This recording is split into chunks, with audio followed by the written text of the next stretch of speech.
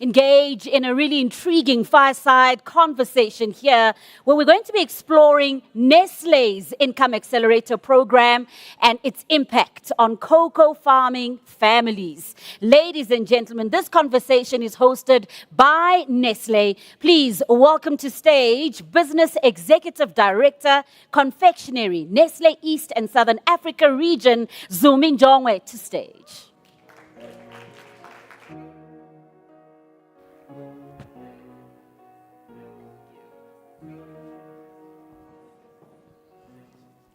Hi, Zumi. So good to have you as a part of this wonderful, wonderful conference and really exciting conversation that we're going to be delving into right now.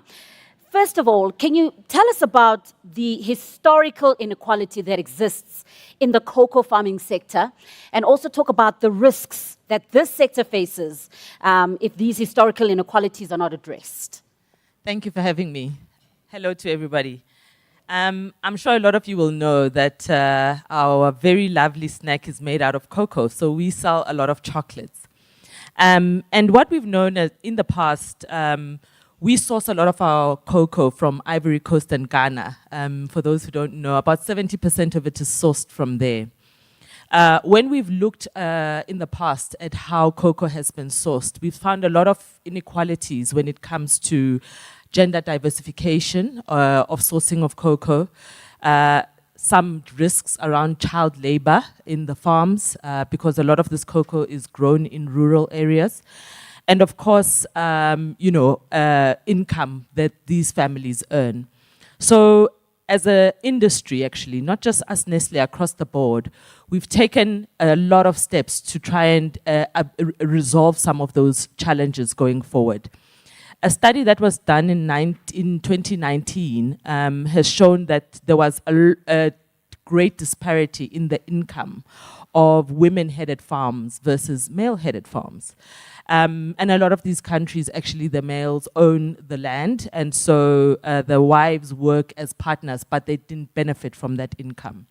So when we looked at our Nestle Cocoa Plan, part of it was around resolving some of those inequalities and disparities, together, of course, with child labor, right? How did we, as a corporate and a business, intervene to ensure that we drive and develop schooling, child schooling, so that those children are not working in the farms in order for the families to be earning a living? So those are just some of the challenges that we've noticed.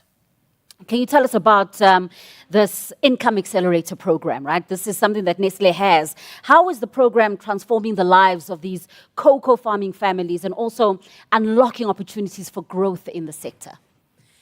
Yeah, so I love this Income Accelerator program because it really has a couple of pillars in it. The first pillar is encouraging school going of children.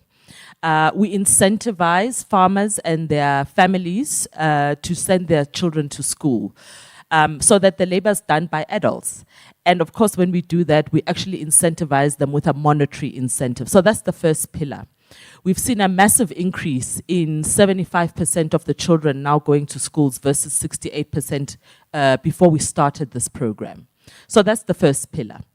The second pillar is really around driving agroforestry. What does that mean? It's just a fancy way of saying we help the farmers to be able to till and run the land in a way that is much more productive to them, so that the trees make much more cocoa than what they used to. So we've got teams that go in there, they help them with the pruning. It's so interesting. When I started in this business, a lot of the farmers think when they prune their trees, they're actually killing them, but actually it's the opposite. So there's a lot of education that has to be done about how they can get better yields by really pruning the trees. And that obviously then generates incremental income. So that's the agroforestry piece. And then the final piece is diversification of income. A lot of you will be listening to the news and you've heard about the soaring prices of cocoa. So you better get your chocolates quickly. But what that does is we help them to diversify outside of cocoa, fruits, vegetables, other areas of income. As we've seen with climate change, it has been having a vast impact on the yield of cocoa, which is driving up the pricing. So that is really important, and they're able to get other income from other sources of income apart from cocoa. And that just helps to mitigate the risk. Tell us about the importance of creating shared value across these cocoa growing regions on the continent. Yeah, I mean, we talk about shared value because for us, what's important is really driving regenerative cultural practices, agricultural practices rather. And shared value really stems from helping our communities, the farmers, to grow much more and make more money for themselves and their families. That just really exacerbates or accelerates their growth in their business. We also talk about, obviously, that helps us as a business because we get more cocoa to make chocolate. So it is a mutually beneficial relationship, and you don't get the one without the other. And we have recognized that we have a critical role to play downstream in that sourcing of the cocoa product and helping those farmers really drive. And of course, this industry is a big GDP contributor in a lot of these markets. And so for us, that's really important that shared value is shared between community, between business, as well as social initiatives that we are doing. I know that at the heart, and what really is the driving force of this program, is a commitment to sustainable development, yes? Why is this essential to the operations of Nestlé? Man, we make chocolate, right? And we want to continue to do so. I mentioned earlier the news and what's happening on the cocoa prices. So the most recent development really is that we're seeing massive increases on cocoa pricing. It's a supply and demand issue. We have more demand than we have supply. And that's because of the weather climate change. They didn't have enough rains in Ivory Coast and Ghana, and so the yields are much less than what we had in the past. So what you're seeing is cocoa prices going up. If we don't drive that shared value, what happens is that we now need to then, it puts a risk on the business, but also for the livelihoods of those people. So we have to find a way to really help them, despite the climate change impact that we are seeing, to really drive that change going forward. Of course, we wish we could control the weather. We can do our part as corporates to do what we can, but it also means that we need to be doing more as an industry to drive that innovation, to help them with the yields and what they need to do to drive that resolution of the issue. Responsible sourcing, social impact. Why are these the cornerstones of Nestlé's company's operations? Responsible sourcing really talks to how we procure all of our materials, right? It is important because it gives us, we talk about, really providing brands that are for now, but also for generations to come. If you don't have responsible sourcing, you are not able to do that. Even if it has a P&L impact for us, that is not the issue. We plan for that, but it is important because if we don't do it, then tomorrow we will not have that raw materials that comes into the business, which obviously has a ripple effect across the board. So responsible sourcing on cocoa, but responsible sourcing across the value chain really speaks to what our perspective is around driving that shared value philosophy. And so that Income Accelerator program is one way for us to do it. And what's special about it is the financial incentive to the farmer for them to do those three things. Send your kids to school, diversify your plants and your business, and of course improve your agroforestry principles. I'm really concerned. I love chocolate, so I'm really concerned about the rising prices. Tell us about the future. What does that hold for cocoa communities? Look, the next 18 months are going to be tough. We are not foreseeing a change, for the better. Crops take time to grow, right? It takes them 12 to 18 months to harvest. They're going into the next harvest now in April, but there is basically about a 25% deficit between what we need as an industry and what they can provide. And so there is going to be some pressure in the system over the next year, or so. We don't foresee that changing. Hopefully, with all of these interventions and innovations that we're doing around helping to resolve some of these agricultural practices. We're hoping that that has a massive impact in 2026. And so we will have to be much more innovative in how we come around that problem and how we take out cost in the rest of our business in order to be managing that pricing. Wow. Okay. Thank you so much for giving us more information about this Income Accelerator program. A round of applause, ladies and gentlemen, for Zumi and for Nestle. Thank you. Awesome.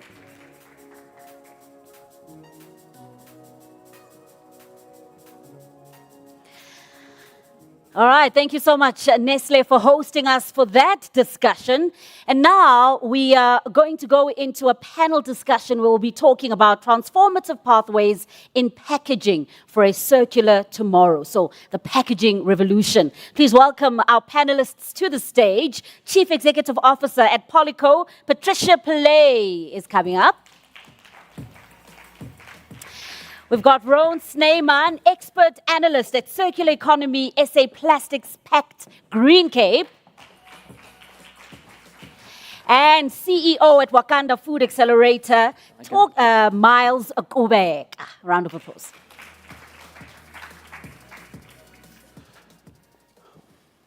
Welcome, welcome all. Thank you so much for being here. Rowan, can we kick off with you? Just talking about the kind of changes that we need to make in order for our packaging processes to enable a circular economy. Thanks very much for the opportunity to be here. It's really exciting to be part of this event. So essentially that question sounds simple, but it really isn't. And from a Green Cape, as a Secretariat of the South African Plastics Pact perspective, how we approach it is to take a full value chain approach. And so the Plastics Pact, just a little bit of information. It is a member-driven initiative where the largest brand owners and retailers in South Africa, as well as converters and recyclers, sign up to 4 very ambitious targets, right? And those targets are intended to allow for the emergence of the circular economy in plastic packaging because they address different parts of the value chain. And to do the actual work is not simple. It's not simple for any of the companies involved. They don't always have all the information they need. Sometimes they're very new to the sustainability journey, and it can be hard for any organization to implement an effective sustainability strategy, whether it's focused on plastic or on any other environmental area. So where the Plastics Pact comes in is we create this collaborative platform where these organizations can engage with each other, share learnings and information, and really collaborate effectively to drive the change that is needed in this industry. So just to get back to your questions, so from our perspective, there's 4 key things that organizations can do that will contribute towards the emergence of a circular economy for plastic packaging. So firstly, it is, and it's good that there's a bunch of brands here. So Coca-Cola Beverages South Africa, for example, is one of our key members that we work with as well. So that's great to see. And so essentially, one of the first things that you can do is to design the packaging better. So there's sometimes very simple things that can do that improves the design of that packaging type that allows for it to have a higher value at collection and recycling point. Then the second part is to eliminate problematic items. So quite often there are certain plastic types or certain types of labels or things like that that cause a problem for the recycling of other materials, or they end up in the environment because of their small size or the type of material that they have. They just don't have any value for collection. So that's the key part, is to eliminate those items and replace them with suitable alternatives. Then the third part is to invest in recycling and collection. So ultimately, you can design perfect packaging, but if there's no infrastructure for collection and for recycling, then those materials are just going to end up in landfill or in the environment. So that's the third component. And the fourth one is to create a demand for recycled content. And again, that's where organizations like Coca-Cola Beverages South Africa play a key role. And I saw that they've got a target of, I think it was 50% average recycled content by 2030. And that's very important because recycling is demand driven, right? So it's not just something that people do for the environment. It's an industry, and it needs to be economical. And for that to make sense, it needs to be demand-driven. And then for organizations like the Plastics Pact members, the retailers and the brand owners, when they set those targets for themselves to increase the recycled content in their packaging, that just means it drives value throughout the value chain for plastic packaging. It means that there's more value for informal collectors to collect the items, there's more reason for recyclers to recycle them, and there is this end market for all the materials to go into at the end of the day. And then over time, that creates the circular economy, plastic packaging. That's just a good opportunity for job creation and economic growth in this sector. Miles, changing our packaging practices, what do we stand to gain from this? So yeah, thank you. We run a platform business, and one of the platforms we have is a business model called Gwalisa, which allows community members to buy food based on the amount of money they have as opposed to pack sizes. Because I'm sure you are aware that food is cheaper by volume, and therefore the inverse corollary to that, it means food is twice as expensive by smaller pack sizes. In fact, if you buy mealie meal, it works out to R7.50 a kilogram in a 20 kilogram bag, but it's 13 rands for a half a kilogram, which renders a lot of people who might actually have money in their pockets, it renders them poor even though they have money, which is like a really perverse problem. So we thought, well, what if we just remove packaging and allow people to buy food based on the amount of money they have? So if you've got R3.35, you can buy mealie meal, sugar, whatever. You can buy whatever you want based on the amount of money you have, and it's been amazing. But the unintended consequence of doing that is that we remove a lot of single waste or single-use packaging. And in townships, as you know, that's a massive problem because there's no, the distribution or the pickup of litter and is a massive problem. So if we can take that out at the word go so that you don't have to collect it as part of a recycling perspective, I think then we have a win. And you inadvertently change people's consumption behavior. Patricia, yeah. Oh, thank you. What are some of the strategies that are being employed to create more sustainable packaging practices? I think it's very important, the collaboration that's taking place, and this is one sort of collaboration that needs to take place. So this is a great effort, and thank you for being part of it. I see Kevin here is from SPAR. He's been on the program sharing his thoughts. Rian used to be with Pick and Pay. He's now with Green Cape. Miles has been with Consumer Goods Council working on that partnership. Coca-Cola, Nestle. These are all the people that are playing in this space, and they bring that thought leadership with them. So that's the first part, is about us engaging with each other and sharing the pros and cons of what we're doing and how that's going to impact the larger socioeconomic environment. Because each one of us has to consider beyond ourselves. So whatever you do, there is going to be that unintended consequence that Miles is talking about. We've all been through COVID, for example, so we also need to understand that packaging serves a purpose in terms of your health requirements, in terms of making sure that we can transport goods in a safe and hygienic way as well. So there's that. But there's also the price of goods that we need to take into account. So what we've done is we've looked at design for recycling guidelines, working with SAPRO, and they have an application and it's live that anyone can go onto, and you can then put in your products that you want to put out into shelf, and then they can give you specifications and ideas as to how you can produce a product that is able to be more efficient in terms of recyclability, in terms of your costs as a business. We're all in the business of business, so that is important for us as well, and that can't change overnight. But also then the end product that reaches the consumer and how they can better recycle that. So on-pack recycling, labeling, etc. So that for me is important, the education to the consumer, the education to the business in terms of how they design, but also the collaborative efforts that we're making to talk about what is best and the overall socioeconomic impact. Rowan, can you tell us other innovative packaging practices that are taking place in your sector?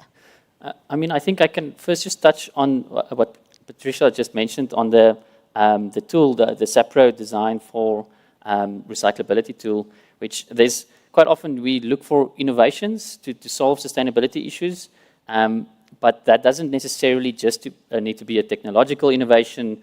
or just this new type of packaging that's been invented that solves our problems for us. Sometimes innovations come in different forms, and this type of tool is a good example of all the information is already available for organizations in different documents or on websites or by engaging with different organizations. But bringing all this information together on a platform where packaging designers or buyers or commercial teams can quickly and easily access the information they need to make the best decisions possible for those packaging types, that's a great innovation that wasn't available previously. So it's just information available quickly and easily, exactly when the decision makers need it. I think that's a great innovation. But then, of course, in terms of different packaging types, there are many different innovations that are happening now that is going to make a big difference in the future. So what we do from a plastics pack perspective is, obviously, many of these solutions come from Europe and come from international countries. But what we do is where there's a specific format, let's say multi-layer flexibles, that's problematic from a collection recycling perspective, then we'll host like a pitch event, or it's almost like a friendly version of Dragons then, where local converters and packaging manufacturers can come and pitch their solutions to the Plastics Pact membership. So then they come and present their solutions, and then the brand owners and the retailers can engage with those solution providers to implement things that are locally produced and can make a difference. So then that ticks a couple of boxes where you've got a new innovation. It's a packaging type that can be recycled in South Africa, and then it brings it more locally where there's a potential for local job creation as well. So that's sort of the Green Cape approach to it as well, is we are working in the green sector to drive really, there's an environmental angle to it, but also to drive job creation and economic growth within that sector. And I think in the plastic space, there's a lot of potential for that, to look for innovations, but innovations that are not just silver bullet innovations, because there isn't something like that really. It's really about finding things that can scale and can be impactful and can drive local economic growth in the green sector. Collaboration has been a major buzzword during this conference. And a question for all of you, start off with you, Miles. Can you tell us some of the collaborative efforts that we're seeing to achieve closed-looped systems?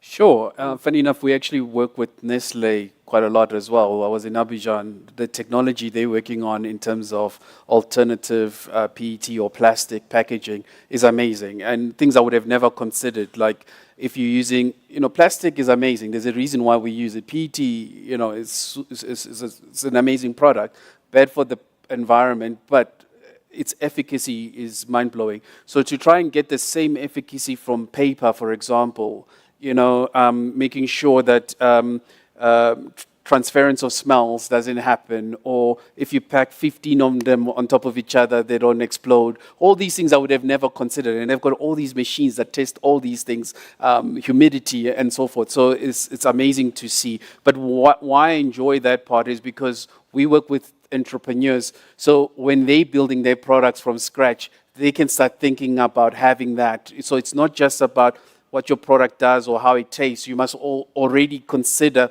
what it's going to be encapsulated in.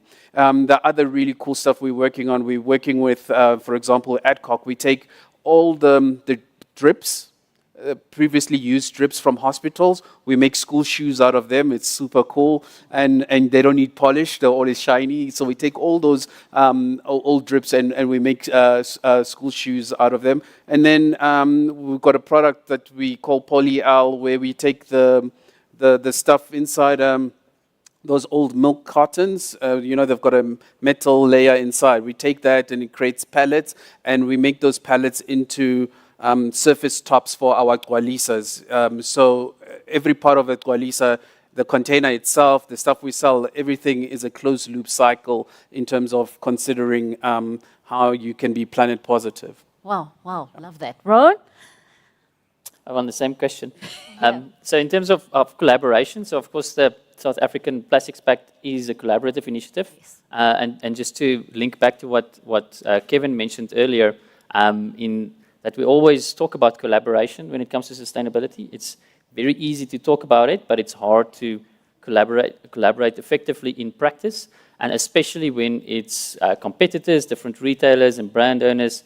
But that's where collaborative initiatives like the Plastics Pact, but also organizations like Polyco from an EPR perspective, it's really a collaboration. It's a large number of different types of organizations with different interests that do compete with each other, but that also have an interest in working together to solve this type of problem. So from a Plastics Pact side, we try and to frame it as a pre-competitive space. We're really there to learn from each other. There's some companies that are far along on the journey that have been working on sustainability for a very long time. And then there are other companies that are only starting off on this journey. And that's great because we want these companies who are starting off to engage, and then they can potentially learn from the others that have been doing it for a very long time. And then they can learn and move very rapidly, much quicker than the others have, because the other companies have gone through all the difficult parts already. So collaboration, the only way to solve this problem is through collaboration, but it needs to be impactful. It shouldn't just be talking about talking. You know, it should be really collaboration that makes a difference on the ground. Yeah.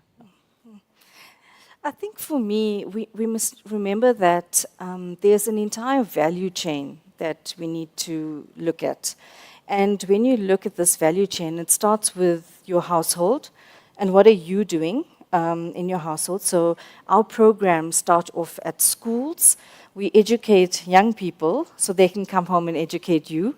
And then we take that further and then we create videos with them, and it's also been aired on TV as well. They then educate you how to recycle at work as well, because that's where really it starts. But then there's the informal waste reclaimers who come around and annoy some of you, but there's a waste economy at play, and a broader waste economy. And when you talk about simplification in terms of your labeling on your bottles and on your packaging, that's where it comes into play. They also need to be educated in terms of what to do with that material that they're picking up, and also to realize that there's value in all waste, because you do see people who are picking up the waste that would give them more value, because they're carrying things a long way and they want, obviously, the best return. So we're trying to create at Polyco, through the funding of our members, a lot of you who are sitting here, through your EPR fees, to make sure that they're working with dignity, they're working with proper trolleys that they can collect,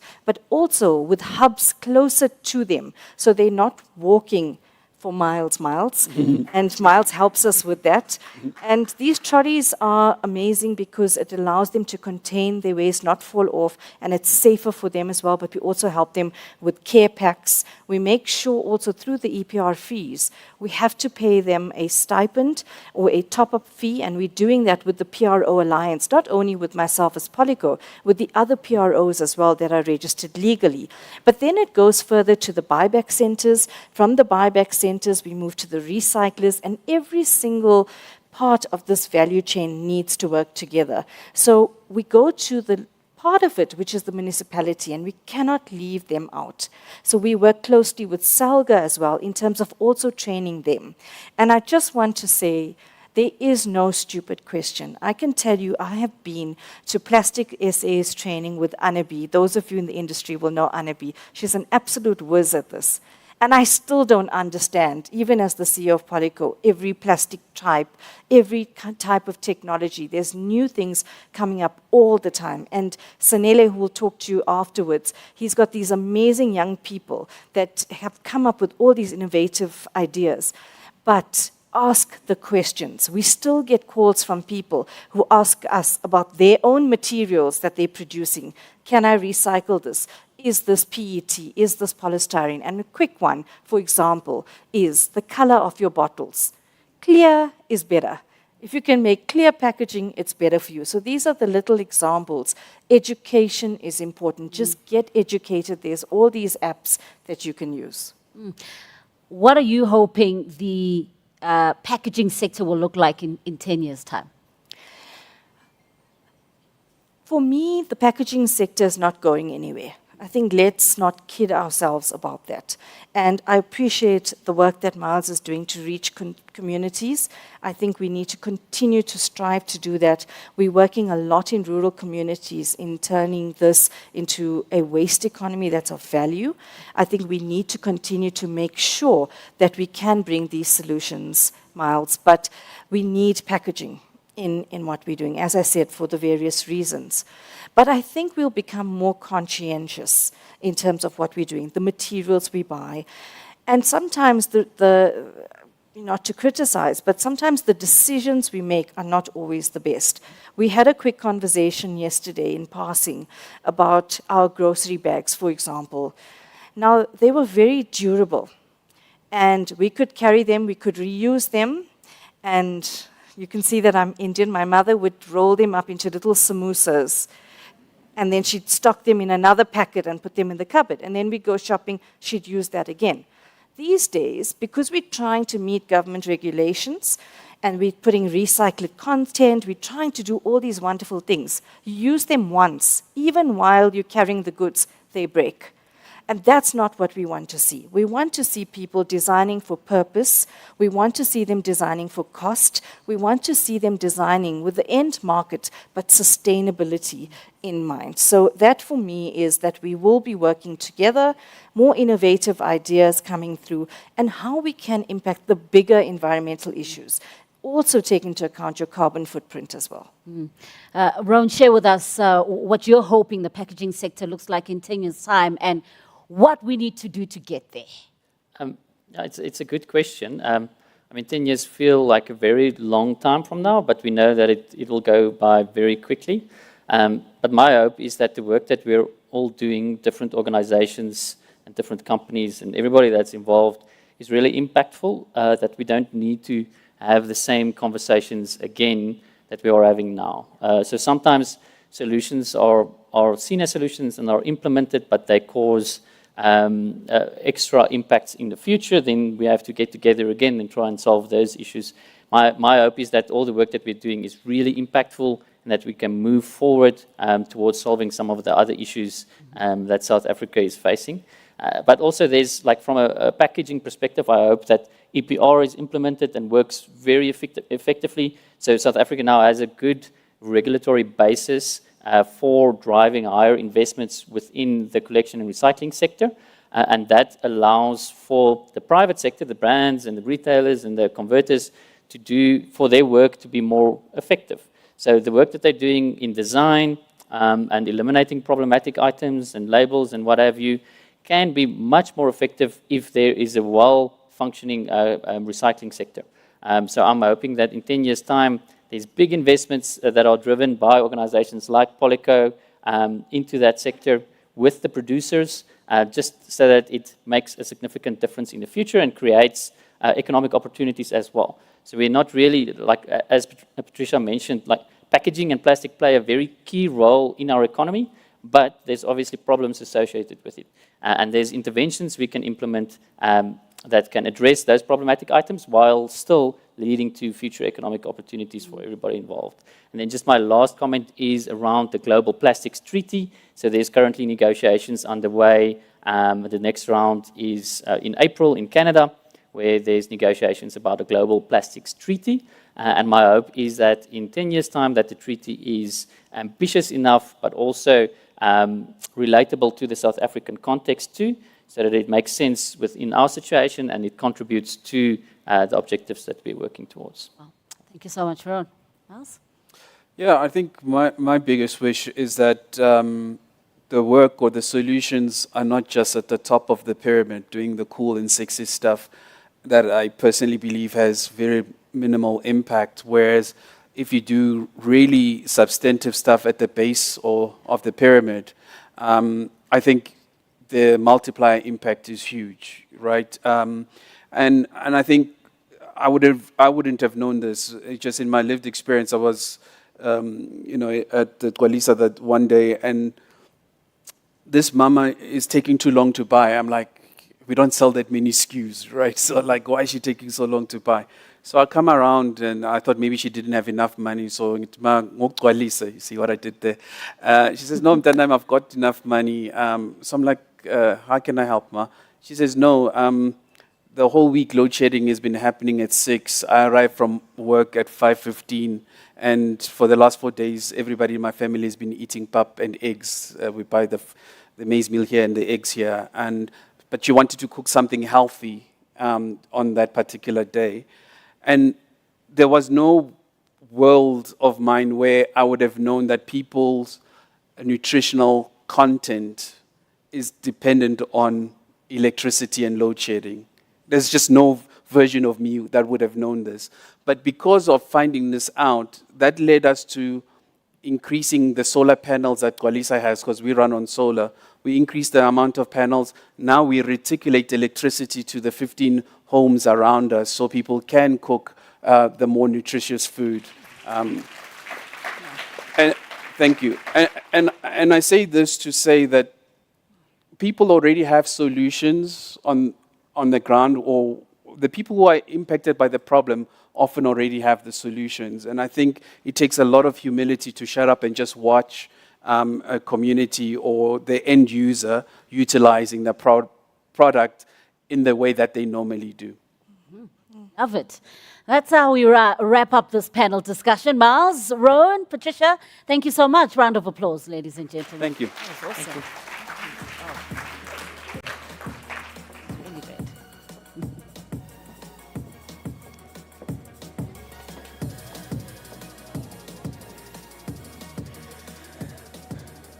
Love that. Let's now segue into the importance of sustainable sourcing and why it's crucial for business growth. To tell us more, we've got the CEO of Proudly South African. Please welcome Eustace Mashimbe up on stage.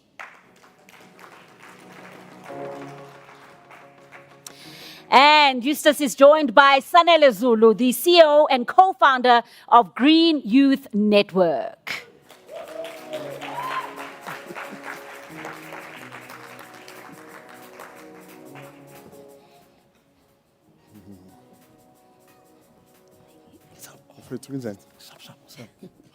Sanbonan. Eustace, how does sustainable sourcing impact the local economy and the growth of local businesses? If you think of the importance, I mean, I'll speak in the context of the work we do as Proudly South African, which is really about the importance of sourcing locally, which is really strategic sourcing and sustainable sourcing. I mean, what COVID taught us was the fact that issues like food security and security of supply really kick in when you have global supply chain disruptions like we had during the pandemic. And so we had to find a way to fend for ourselves. Because of global supply chain disruptions from our traditional sources of supply, we had to find a way to then fend for ourselves. And that then led us to taking our conversations beyond just saying to people they must buy locally, but saying they must now start sourcing strategically and in a sustainable way that will help preserve the environment as well. I mean, environmentalists tell us all the time that one of the ways in which we contaminate, and pollute our environment is through transportation. And so if you buy within the community in which you operate, if you think of food, if you buy from local farmers, you help preserve the environment, because then you have less, on the road, less fumes, etc., that exhumed by those who would then be bringing the products to you. So there's an array of things, including benefits that come with sustainable sourcing. The biggest ones in the context of the work we do is really about, those businesses are then in a position to can create jobs because you're buying from them. So the communities benefit. As the communities benefit, then you have those who are making the products getting into a position where they need to employ more people. So people acquire skills. That contributes to the sustainability of the economy itself. Because what you don't want is a situation where you have more and more people falling out of jobs, such that you have less and less people who can afford to then even source. Because even businesses that depend on us as customers, those with consumer-facing products, those who depend on us customers buying their products, will not be in a position to have customers that can afford their products. If you think of those who are in a B2B space, the biggest challenge is those businesses also have customers that must be able to afford their products. And so all of us have a role to play. And so sourcing with that in mind contributes to the sustainability of the environment, of the economy, and all the other indicators that are critical. Yeah. Most definitely. Sanela, how do we galvanize the youth? How do we train our youth to partake in the local economy? Yeah. Thank you so much once again to the organizers of the conference. I think for me it's always exciting to see young people on the platform. So I think I would like to give them a round of applause if we can. To even have a young person here, I think it's one of the ways, by the way. So I think as Sanela from the Green Youth Network, firstly, there's kind of like a systematic approach when you deal with young people. And I think for me, it's also to say you must create some awareness campaigns because it's not that young people don't know, they're just not informed, So I think for us, it's very important to firstly create some form of awareness campaigns. We must not assume that they know, right? That's the first part. The second part is that young people are not useless at all. And, I preach that everywhere I go to say they are just used less, And for me, that is so important because and yes, you can clap for that, please. Because I'll tell you why. I think we recently had a program now in the Eastern Cape where we did a baseline study. What I think the CEO of that company did was to involve young people. Because I think we must understand as well that the biggest threat of sustainability is young people. Because the future that we are trying to, save is for the young people. So if we don't get young people in terms of, planning, in terms of designing the solutions, we don't want to go to young people and say, this is what we have come up with as a solution. But we want to go to young people and say, we want a solution, get involved. And if you get them involved, you'll be surprised at the ideas that they'll come up with. So the second one, of course, once you've made them aware, then you train them. But train them on things that matter to them. Don't assume that you know what they need. Because immediately when you say to young people, this is what you need, they'll tell you, we don't need this. And then you'll go around the circle, trying to figure out what are we doing wrong as a company, our CSI projects are not working. It's because you assumed what they needed. But if you go there and ask them, what do you guys need? They will tell what they need. They need skills. They need jobs. They need internships. And some of the people that are here, like Coca-Cola, CCPSA, Polyco is here, they're doing some of those work, and we're partnering up with them as well. But I think for me, it's always exciting to know that if there are CEOs and there are corporate companies that are willing to involve young people in designing and planning for the solutions, then I think we'll be making headway. Yeah. Tell us, Sanela, how do we and how can we strengthen our current local value chains to maximize sustainability? So I think for me, it's about also getting young people involved in the opportunities that exist. When we sit with corporates as well as government officials, we always say that when there's opportunity, please do some set-asides specifically for young people, right? And I think for me, when we talk about localization, my brother would agree with me to say we cannot leave young people out. And if we want to solve some of the problems that we have in sustainability, we must get them involved. And I think for me, it's important, therefore, to talk not only about awareness, but what opportunities exist there. When we talk about set-asides, we work with mines, for example, where they're struggling to get communities not to strike and end. But some of these baseline studies we do, it's so that we can solve some of the problems, that the communities are basically crying about. Because again, it's about getting these young people involved and then asking them the right questions, or even the communities where we work at. So I think that's basically one of the ways. Yeah, Eustace? Same one, strengthening our current local value chains and maximizing sustainability. Look, the one thing that economists will always tell you is that for any product that is made, there are multiple value chains. Mm-hmm. Does not matter what industry the product comes from. And across all of those industries, there are jobs. And there's a possibility of all of those jobs and all of those products being able to contribute to the growth of the economy. And so it's important that, and I'll go back again to the mandate of Pride South Africa, which is really about ensuring that if there's anyone who makes a purchasing decision, they choose a locally made product. To not only think about the product in terms of where the industry in which it sits, but to think of the multiplier effect across all of the industries that supply raw materials and components. And in fact, this is a good example to have the likes of Coca-Cola here, where they... I just gave people free advertising, but it's because I have intimate knowledge of the fact that one of the commitments they've made, for example, is to buy their sugar locally. And so think of the sugarcane farms. Think of that value chain on its own. That is just but one ingredient.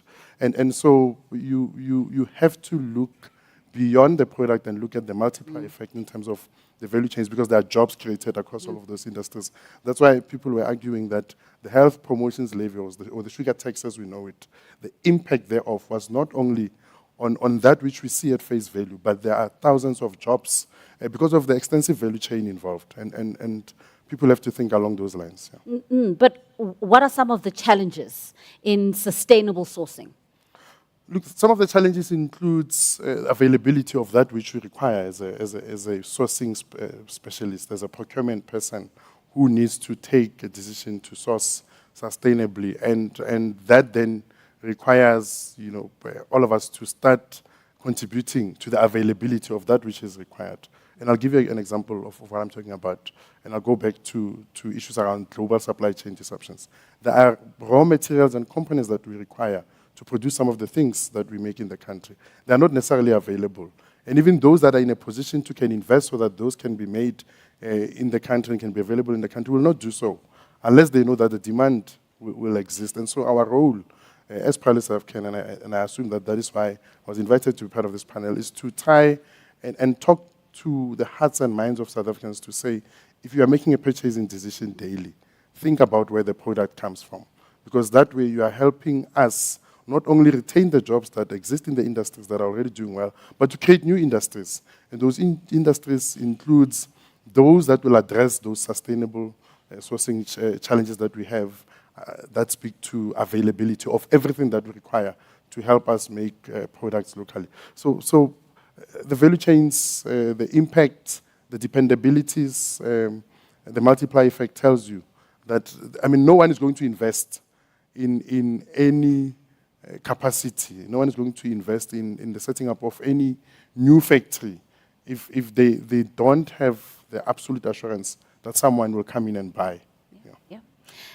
Sanele, how can sustainable sourcing drive community development as well as economic resilience? I think for me it needs to be balanced because, there's entities that expect that SMMEs will be, ready to supply whatever they need. However, I feel that there's a lot of training and development in terms of that needs to happen in terms of getting the suppliers ready, because a lot of SMMEs are either youth again, are either startups. You cannot expect a startup to supply SPAR, for example, without having some form of enterprise supply development program. Because by the time you say to them, because again, the communities will strike. If they do strike, they will say, we want to put our apples on the shelves. But if they don't meet the requirements of SPAR, already they will fail. So I think for me, there needs to be a balance between the two, between the supplier and basically the guys that would give an opportunity to some of these SMMEs. But I think the enterprise development programs play a crucial role in getting our SMMEs ready to supply. Because there's also issues of compliance, there's issues of meeting the requirements that are asked by some of these organizations. So I think for me, it's important then to say organizations need to invest more in enterprise development to ensure that compliance is met, but also they need to train more in terms of these SMMEs that need to basically ensure that there's sustainability in terms of sustainability sourcing, rather. I want to ask you both, Eustace, starting off with you, what are some of the challenges that businesses can expect when they move towards sustainable sourcing? Some of the challenges includes finding competitive pricing. It includes finding quality products that will satisfy the need for which the products are being bought. Some of the challenges includes availability of that which you require at the time at which you require it. If you think of the fashion industry, the clothing and textile industry, there's fast fashion. Sustainable sourcing in that environment means you need to be able to get your hands on it quickly, whilst consumers still demand it. And those are just some of the challenges that will need to be addressed for procurement people, such that when they want to go the route of sustainable sourcing, they know that they will get it at a competitive price, it will be the right quality, but most importantly, they will get it as and when they need it. Sanele? And most probably we would need to also define what sustainable sourcing is, because then in us maybe unpacking what that is, we could find legs that exist there. But I think for me it's also about figuring out a way of how do we make sure that from not only compliance, what needs to be sourced, what is sustainable sourcing, because we may say that people must go green. What does that mean? If my product has been manufactured and I've been using coal to manufacture it, how do I convert from coal usage to, a renewable usage? And again, it's costly. I think just transition is very costly. But again, speaking from the youth perspective, as we speak about just transition, we don't want to be left out as young people, but also we want to be funded. We deal with young people that come up with innovative solutions. And part of the sustainable sourcing says that they need funds to convert whatever innovation they have into a sustainable product. So I think also in terms of organizations, and when I say organizations, I don't mean that the responsibility is on organizations alone. I think that SMMEs, young people, must take part, or entrepreneurs must take part and look for better ways to make sure that whatever they are supplying in terms of sustainable sourcing is meeting the requirements of whoever is demanding it. Oh, yes, oh, yes. Let's get a parting shot now. Final question for both of you. Eustace, I'll start off with you. Just a comment as well on this topic in its entirety and looking at, tracing the value chain locally and all of the myriad of advantages that come forth from that, not just for the environment, but for community development, economic resilience. Look, if I bring it closer to home, for what I do on a day-to-day basis, otherwise I will have failed in my duties, is that for us as a buy local campaign, the importance thereof is even entrenched in our criteria. When we vet companies to become members of Proudly South African, we look at a few things. The two critical ones which are obvious is the product must be made in South Africa, the quality must be of a superior level, it must comply with that which is required for that industry. But most importantly, the product itself or the company itself must ensure that they help us preserve the environment. So it's a few things that you can implement: reuse material, production processes, dispose of waste responsibly, just help us reduce the carbon footprint. We do look at that. So I represent a base of companies that are all, responsible when it comes to ensuring that, as much as we're saying people must buy from them so that they can retain the jobs they have, they can keep producing, they can keep rendering the services that they render. But as demand increases, they will then be in a position to can employ more people. We also have that responsibility. We're working with a company now that has a huge target sitting on their backs around how do they decarbonize, because their biggest client sits in the EU, where they said to them by 2025, if they do not produce results, that they're going to change how they do things. I mean, the just transition that he was talking about is something that they have to comply with. So all of those then have become imperatives that you can't divorce from what we do as Proudly South African, which is about sourcing.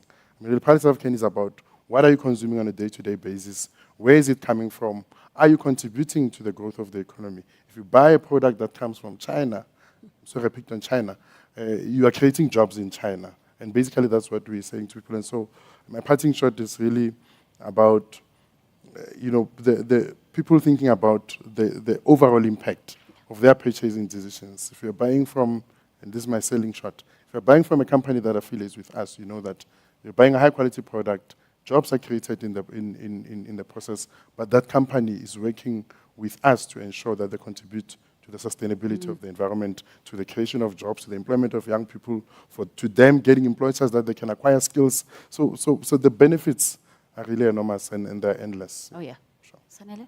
Yeah, I think for me, my parting shot's really about realizing that community is not just about spinach at the back of the house. It's not about handing out some, goodies to the community. I think we need to move to a stage where we really develop communities for their economical involvement, for economical participation, right? So that we don't just assume that they need water when they don't need water.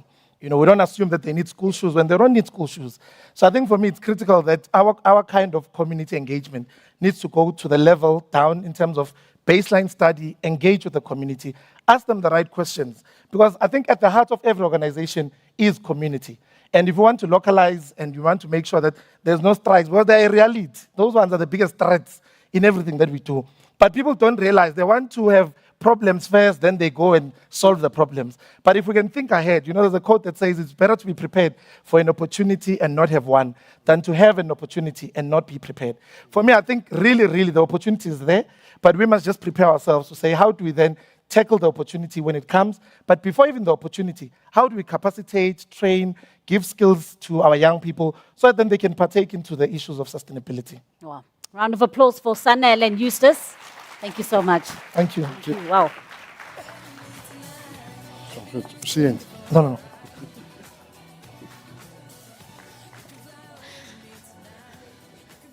A lot of our speakers throughout the day were discussing the fact that it's so important to turn these important discussions, important conversations into action, into connections, and then into action. So it's time now for something that we call fast track networking. Right? We want to turn conversations into connections. So here's an opportunity for all of you now to meet a variety of brilliant minds, some of whom you've already heard from today, some of whom you may have met earlier on, but you want to continue the conversations, and new individuals as well. We're going to do this in a quick and engaging way. So this is how it's going to work.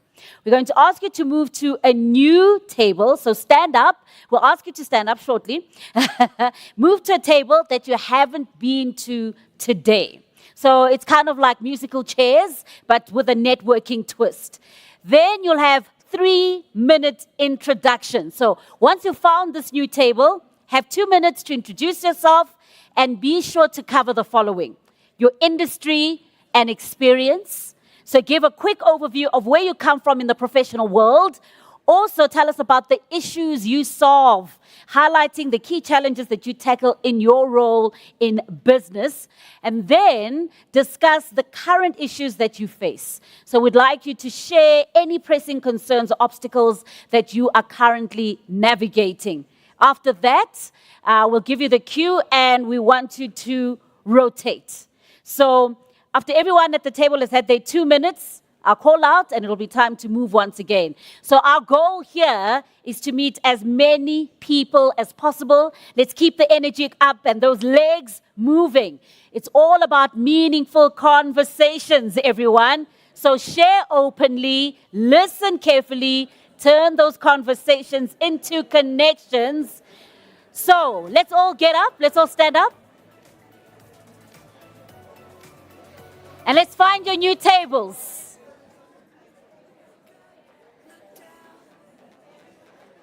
Musical chairs. Let's find new tables.